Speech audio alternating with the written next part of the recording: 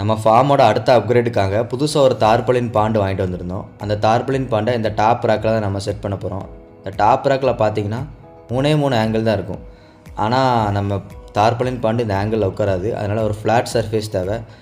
அதுக்காக நம்ம பழைய இரும்பு கடையிலேருந்து செகண்ட்ஸில் ஒரு 3 ப்ளைவுட் வாங்கிட்டு வந்திருந்தோம். இது காலேஜ் ப்ளைவுட்டும்பாங்க. 6 mm திக்னஸ் வரும். இந்த ப்ளைவுட்டை தான் நம்ம இந்த டாப் ரேக்கில் செட் பண்ணி நம்ம ஃப்ளாட் சர்ஃபேஸை உருவாக்க போகிறோம். நம்ம வாங்கியிருக்கிற ப்ளைவுட் வந்து 2 இது 6 mmல இருக்குது, ஒரே ஒரு இது 8 mmல இருக்குது. அதனால் எந்த பிரச்சனையும் இல்லை. நீங்கள் 8 mm திக்னஸ் போட்டிங்கன்னா கொஞ்சம் ஸ்ட்ரென்த் அதிகமாக இருக்கும், அவ்வளோதான். இப்போ நான் இதை லென்த்தை வந்து மெஷர் பண்ணி காட்டுறேன் பாருங்கள். நான் மெஷர் பண்ணி பார்க்கும்போது கரெக்டாக 4 ஃபீட்டுக்கு மேலே தான் இருந்துச்சு. நம்மளுடைய தார்பலின் பாண்டோட சைஸு 4x2 ஹைட் வந்து 1 ஃபீட்டு. அதனால் 4க்கு மேலே இருந்தாலும் எந்த பிரச்சனையும் இல்லை. 4க்கு உள்ளே தான் இருக்கக்கூடாது. நம்மளுடைய அந்த ப்ளைவுட்டில் வந்து எக்ஸஸாக இருந்துச்சுல்ல, அந்த ஆங்கிளுக்கு வெளியே எக்ஸஸாக நீட்டிகிட்டு இருந்த பீஸெல்லாம் நான் வந்து ஒரு மார்க்கர் வச்சு மார்க் பண்ணிக்கிட்டேன். மார்க் பண்ணதை நம்ம அந்த கட்டிங் மிஷின் வச்சு இப்போ கட் பண்ணி எடுத்துடலாம். இப்போ நான் கட் பண்ணி எடுத்து ஃபிட் பண்ணிட்டேன். இப்போ பார்க்குறக்கு எந்த அளவுக்கு சூப்பராக இருக்குன்னு பாருங்கள். நல்லா நமக்கு ஒரு பிளெயின் சர்ஃபேஸ் கிடச்சிட்டு, சில டைம் இதில் வந்து 1-2 ஆணிகள் இருக்கும். வாங்கினதில் ஒன்றுமே இல்லை. அப்படி ஆணிங்க இருந்துச்சுன்னா கண்டிப்பாக அதை உருவி எடுத்துடணும். அது நம்மளுடைய தார்பலின் பாண்டை வந்து பஞ்சர் பண்ணுறதுக்கு வாய்ப்பு இருக்குது. அது இந்த மாதிரி இந்த சென்ட்ரிங் கம்பி அதிகமாக இருந்துச்சு. இதுக்கு முன்னாடி நான் பீட்டா ப்ரீடிங் பண்ணும்போது பாட்டிலிங் காண்டி இதை யூஸ் பண்ணியிருந்தேன். இதை வச்சு தான் நம்ம அந்த சுற்றி உள்ள ஃப்ரேம் பண்ண போகிறோம். அந்த தார்பலின் பாண்டு நிற்கிறக்கான ஃப்ரேமை இந்த நம்ம சென்ட்ரிங் கம்பி வச்சு தான் பண்ண போகிறோம். இது ஒரு 8 mm ராடு. நம்மளுக்கு வந்து 4x2x1 தேவை. இப்போ நம்ம 4x2ல் வந்து ஒரு ஸ்கொயர் ஃப்ரேம் மாதிரி நம்ம செய்ய போகிறோம். அதுக்கு தகுந்த மாதிரி கட் பண்ணி மார்க் பண்ணிட்டு ஜாயிண்ட்டை ஃபுல்லாக நம்ம நீட்டாக வெல்டிங் அடிச்சுக்கிடலாம். எனக்கு ஓரளவுக்கு வெல்டிங் ஒர்க்கு தெரியும் அப்படிங்கிறனால நானே பண்ணுறேன். நீங்கள் வெளியே ஒர்க் ஷாப்பில் கொடுத்து கூட பண்ணிக்கலாம், எந்த பிரச்சனையும் இல்லை. சைஸ் மட்டும் அவங்கள்ட்ட சொன்னீங்கன்னா நீட்டாக பண்ணி கொடுத்துருவாங்க. ஏரியா ஃபுல்லாக நம்ம நீட்டாக கிரைண்டிங் பண்ணி எடுத்துக்கிறணும். அப்போ தான் நம்ம எதுலேயும் குத்தாமல் இருக்கும். இப்போ பார்த்தீங்கன்னா நமக்கு 4x2x1க்கு நான் ஸ்கொயரை செட் பண்ணிட்டேன். ஸ்கொயரும் சொல்ல முடியாது, ரெக்டாங்கிள் தான். இப்போ நம்ம அந்த கார்னர் பூரா ஃபஸ்ட்டு டேக் வெல்டு மாதிரி பண்ணிக்கிறேன். அப்போ தான் நமக்கு ஃபிட்டிங் கரெக்டாக இருக்கும். 4 கார்னர்லேயும் கொஞ்சம் கொஞ்சமாக டேக் வெல்டு பண்ணிக்கிறேன். நம்ம 4 கார்னர்லேயும் வெல்டிங் அடித்து செட் பண்ணதுக்கப்புறம் நம்ம மெஷர்மெண்ட்லாம் கரெக்டாக பார்த்து செட் பண்ணதுக்கப்புறம் நம்ம ஸ்கொயர் நமக்கு ரெடி ஆகிடுச்சு நீட்டாக. அதுக்கப்புறம் நான் ஃபுல் வெல்டு அடிச்சிட்டேன். இப்போ நம்ம செட் ஆகிட்டு அதுக்கப்புறம் நம்ம சென்டரில் ஒரு சப்போர்ட் கொடுக்கணும். ஏன்னா இது 8 mm கம்பி தான். இப்போ வெயிட்டுக்கான விரிகிறக்கு வாய்ப்பு இருக்குது. அதனால் சென்டரில் நான் ஒரு ராடை கொடுத்து சூப்பராக வெல்டிங் அடிச்சுக்கிறேன் நீட்டாக. பார்த்திங்கன்னா நமக்கு செட் பண்ணியாச்சு. அதுக்கப்புறம் நமக்கு லெக்கு தேவை. அந்த லெக்குக்கு நான் என்ன பண்ணுறேன்னா ஒரு 1 inch ஹைட்டில் வச்சுட்டு 1 inch எக்ஸ்ட்ரா வச்சு நான் ஒரு 6 கம்பியை ரெடி பண்ணிக்கிறேன். அதே மாதிரி நான் 6 கம்பியை கட் பண்ணி எடுத்துக்கிட்டேன். இந்த 1 inch நான் எதுக்கு எக்ஸ்ட்ரா வச்சுருக்கிறேன்னு உங்களுக்கு அதுக்கப்புறம் சொல்கிறேன்.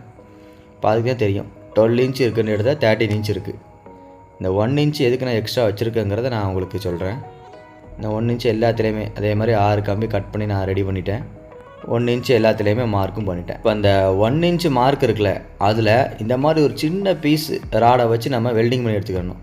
ஒரு ப்ளஸ் மாதிரி கரெக்டாக அந்த 1 inch மார்க்கு கீழே வச்சு நான் வெல்டிங் பண்ணி எடுத்துக்கிட்டேன். பார்த்திங்கன்னா தெரியும், இந்த மாதிரி வெல்டிங் பண்ணி எடுத்தாச்சு. இதே மாதிரியே நான் அந்த 6 லெக்கு ரெடி பண்ணிக்கிறேன் கரெக்டாக. பார்த்திங்கன்னா தெரியும், 6 லெக்லேயுமே நான் ப்ளஸ் மாதிரி 1 inchக்கு கீழே வச்சு செட் பண்ணியாச்சு. இப்போது நம்ம அந்த ஸ்லாட்டட் ஆங்கிளில் இதை ஃபிட் பண்ணிங்கன்னா அழகாக லாக் ஆகிடும். இதுக்கு மேலே நம்ம வந்து அந்த ஸ்கொயர் ரெக்டாங்கிள் ஃப்ரேமை வச்சு வெல்டிங் பண்ணிக்கலாம். இதைத்தான் நம்ம பண்ண போகிறோம். அந்த லாக் ஆகி உட்கார்றதுக்கு தான் இந்த 1 inch எக்ஸ்ட்ரா கேப் விட்டு நம்ம அந்த ராடை வச்சு அடிச்சிருக்கோம். அப்போ தான் அந்த ரேக் வந்து எங்கேயும் மூவ் ஆகாது. அந்த ஸ்டாண்டு வந்து எங்கேயும் மூவ் ஆகுது. நம்ம வெல்டிங் அடித்து செட் பண்ணும்போது அசையாமல் கரெக்டாக அந்த ஹோல்ஸில் லாக் ஆகி நமக்கு இருக்கும். இப்போ அந்த ஆங்கிளில் வந்து அந்த லெக்கையும் ஃபிட் பண்ணிவிட்டு அதுக்கு மேலே வந்து அந்த ஸ்கொயர் ஃப்ரேமே வச்சிட்டேன்.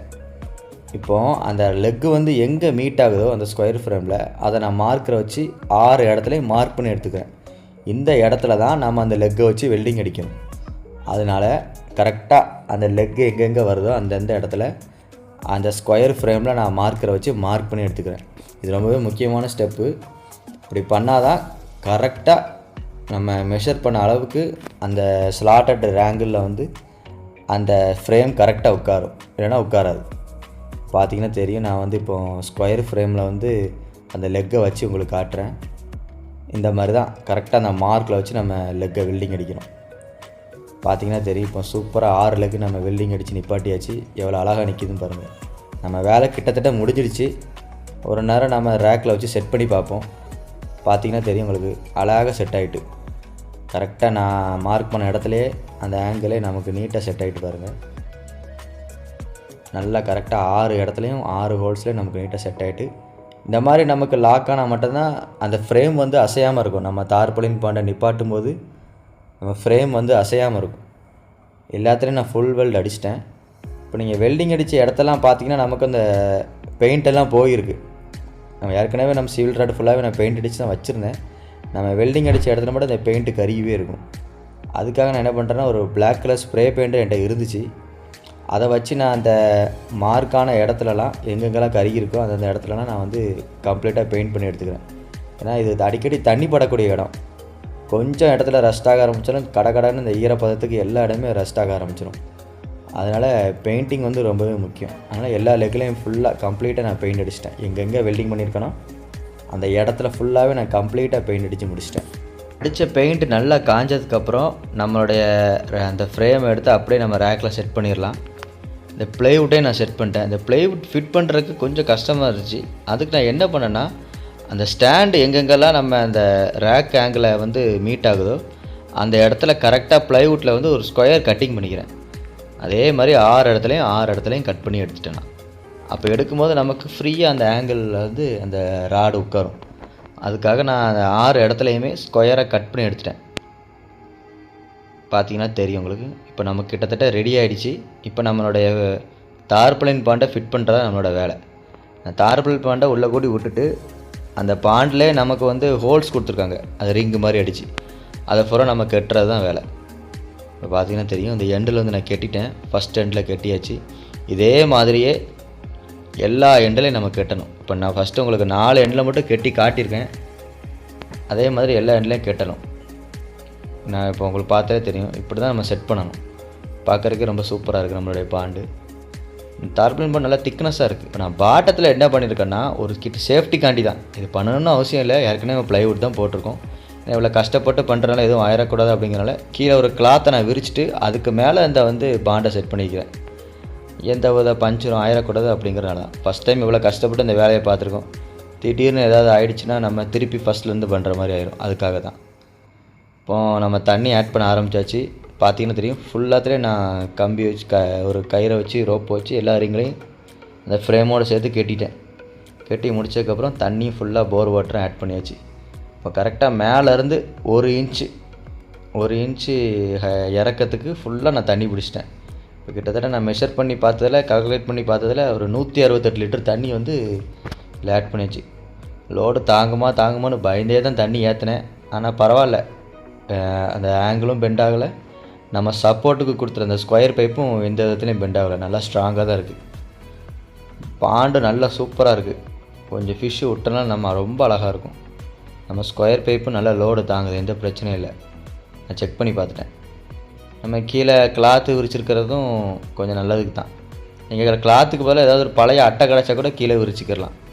நமக்கு தேவை நம்ம அந்த தார்பாலின் பாண்டோட பாட்டம் வந்து டேமேஜ் ஆகக்கூடாது, அவ்வளோ லீக்கேஜ் வராமல் இருக்கும். இப்போ நம்ம தண்ணி ஆட் பண்ணிட்டு அதுக்கப்புறம் அந்த கொஞ்சம் பிளாஸ்டிக் ஸ்மெல்லு லைட்டாக தான் இருந்துச்சு, ரொம்பலாம் இல்லை. அதனால் கொஞ்சம் கல்லுப்பு ஆட் பண்ணிக்கிறேன். வழக்கமாக நம்ம ஆன்டிபயோட்டிக் கொஞ்சம் கல்லுப்பு தான் ஆட் பண்ணுவோம் வழக்கமாகவே. அதே மாதிரி ஒரு 2-3 கை கல்லுப்பு ஆட் பண்ணிக்கிறேன். ஏன்னா இது கிட்டத்தட்ட ஒரு 160 லிட்டர் 150 லிட்டருக்கு மேலே தண்ணி பிடிச்சிருக்கு. அதனால் நல்லா கல்லுப்பு ஆட் பண்ணிக்கிறேன். அது அப்படியே ஓவரால் நைட்டு ஃபுல்லாக அப்படியே விட்டுற வேண்டியதான். இப்போ அடுத்த நாள் காலையில் நம்ம என்னென்னு பார்த்துக்கலாம். லீக்கேஜ் எது இருக்கா, வேறு எதுவும் பிரச்சனை வருதா அப்படிங்கிறத பார்ப்போம். இப்போ அடுத்த நாள் காலையில் நான் பாண்டா பார்க்கும்போது எந்த பிரச்சனையுமே இல்லை, சூப்பராக இருந்துச்சு பார்க்குறதுக்கு. ஃப்ரேமும் எனக்கு என்ன ஆச்சரியன்னா, இந்த ஃப்ரேமில் எந்த பெண்டும் ஆகலை. இது ஒரு 8 mm ராடு தான், அதில் எந்த பெண்டும் ஆகாமல் நல்லா ஸ்ட்ராங்காக தான் இருக்குது. அதுக்கு காரணம் என்ன, நம்ம சென்டரில் கொடுத்துருந்த அந்த சப்போர்ட் தான். அதனால தான் அது எந்த பெண்டுமே ஆகாமல் நல்லா இருந்திருக்கு. இதே சேம் பான் செட்டப் தான் இந்த டாப் ராக் ஃபுல்லாக பண்ண போகிறோம். ஏற்கனவே ஒன்று பண்ணியாச்சு. இதுக்கு இன்னும் 6 பான் நம்மளால் செட் பண்ண முடியும். இந்த பான் நமக்கு நல்லா செட் ஆகிட்டுன்னா இதே மாதிரி ஆர்டர் போட்டு 6 பான் நம்ம செட் பண்ணிட வேண்டியதான். இந்த வீடியோ இதோட முடிஞ்சு. உங்களுக்கு இந்த வீடியோ பிடிச்சிருந்தா கண்டிப்பாக லைக் பண்ணுங்கள். ஏதாவது டவுட் இருந்தால் கண்டிப்பாக கமெண்ட்டில் கேளுங்க. மற்றபடியே இதில் என்ன ஃபிஷ் விடலாம் அப்படிங்கிறத ஒரு ஷார்ட்ஸ் வீடியோவில் நம்ம பார்ப்போம். நல்லா தண்ணி கண்டிஷன் ஆகட்டும். இதே மாதிரி யூஸ்ஃபுல்லான வீடியோ வேணும்னா கண்டிப்பாக நம்ம சேனலை சப்ஸ்கிரைப் பண்ணுங்கள். நம்மளோட இன்ஸ்டா அண்ட் ஃபேஸ்புக் பேஜஸை ஃபாலோ பண்ணுங்கள். Bye friends.